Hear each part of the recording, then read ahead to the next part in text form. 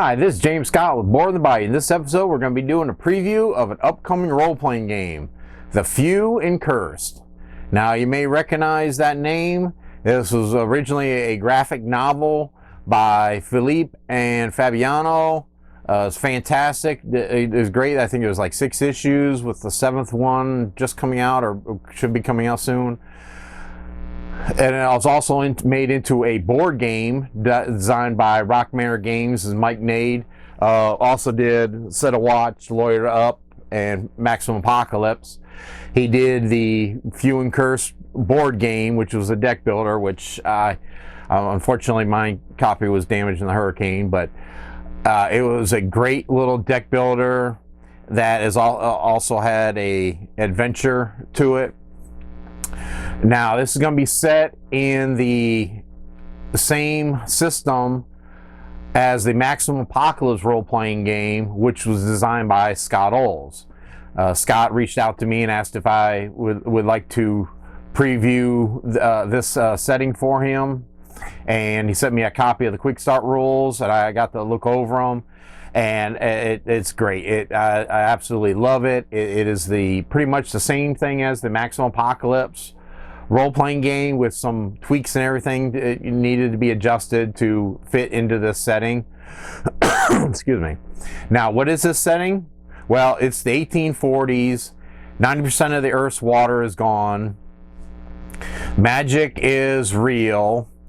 There is corruption, mutations. Maybe you're trying to get an artifact to try to stay alive, but it's going to corrupt and turn you evil. The graphic novel takes place in the Pacific Desert. I know it sounds a little funny, but I assure you, it really works great, and it all comes together to create a, bear with me, post-apocalyptic Western role-playing game. Now, what is this system? Well, if you're not familiar with the Max Apocalypse system, well, let's go over it. It is a rules light, dice light game that more on story. I really enjoy this. He simplified the rules now, where he keeps the dice rolling to a minimum, and it's based off a D100 system.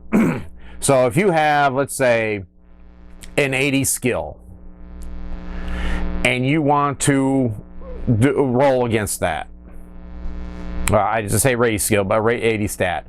You want to roll. You have to roll under an 80. You roll under 80, you are successful. Now, if you roll under half of that 80, 40, then you have a tier 2 success. If you roll under a quarter of that, which is 20, you have a tier 3 success. And then if you roll a 1, you have a critical success. So you have the different tiers of success, or different levels. So you can just look at, oh, I got an 80, I have 80% chance. But what I also did is he also has advantages and disadvantages. And let me tell you, in this role-playing system, advantages are fantastic. It's kind of like re-rolling, but what he did is, in order to keep it from rolling, they did it all as one. So if you have an advantage, for every different tiers of advantage you have, you add an extra tens dice on it. Now, when you roll your dice, whatever your highest one is, that's the one that you get to use of your dice. It's more or less comes out the same, similar to re-rolling, except for it's all being done in one roll. And it also works the same thing with disadvantage. On disadvantage, you roll the extra dice, except for now you're forced to take the lowest tens dice. And I really like that. It made for a great time, made it nice and simple. You are also doing initiatives. Initiatives in this game are static. And by what I mean by that is, you're going to have a set initiative number. So if let's say you have a 9 initiative, you'll go on 9, and everybody has on the different tiers all the way down. Now, after you go on 9, you subtract 5, and you're going to actually go on 4 again. And then you minus 5, you're below 0, you're not going to go again for this turn. What can you do on your turn? Well, you have complex actions just like pretty much any other role-playing game, and then a reasonable amount of free actions. And in this one, he also has quick draw, which a lot of times, a lot of games, when you draw your weapon is considered a complex action. I did note, I did like seeing quick draw. If you do an agility check, you can get that as a free action. Your skills, you don't have your skills. You're going to either be skilled, trained, or in master on it, which will give you different advantages. So if you're, blacksmithing, let's say, and I'm trained in it, and then I'm going to have an advantage when I try to do it. There is also using teamwork. You may not be able to think you're going to be able to do it. Well, have your friends help you out. If your friends help you out, they're going to increase your threshold on the tiers to help out get below. And I like that. Luck points. You have luck points. Now, luck is one of the ones, this is one that I've gotten burnt more times, I think, than that. Now, you can use luck points to actually do a reroll. But you gotta watch, because if you re-roll and you fail again, it is a critical failure, and it's a bad. And if you happen to roll 100 on it, yeah, don't do that. No. But for some reason, I always have the habit of doing. His craft system is gotta be one of the simplest and most role-playing. Yeah, it's a new word, role-playing things out there. It is components. And I love this in his thing. When you go out there and you find stuff and you salvage and you scrap stuff, you get components. What are they? What do you want them to be?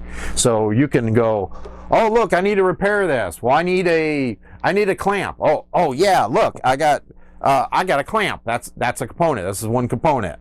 The batteries well, not in this setting, but it's basically whatever you want to be. So if you need springs or twine or rope or a little piece of iron or something, it's components, and each one has. So when everything you do, you role play out. Oh, I need such and such in this.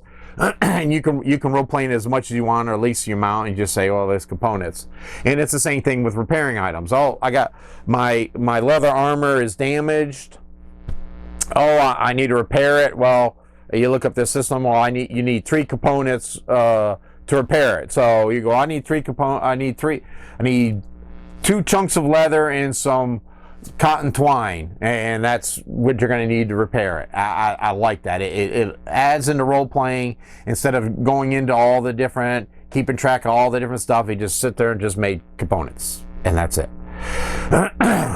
Now, I did say on the armor, whenever you do the damage, your attacks are opposed rolls.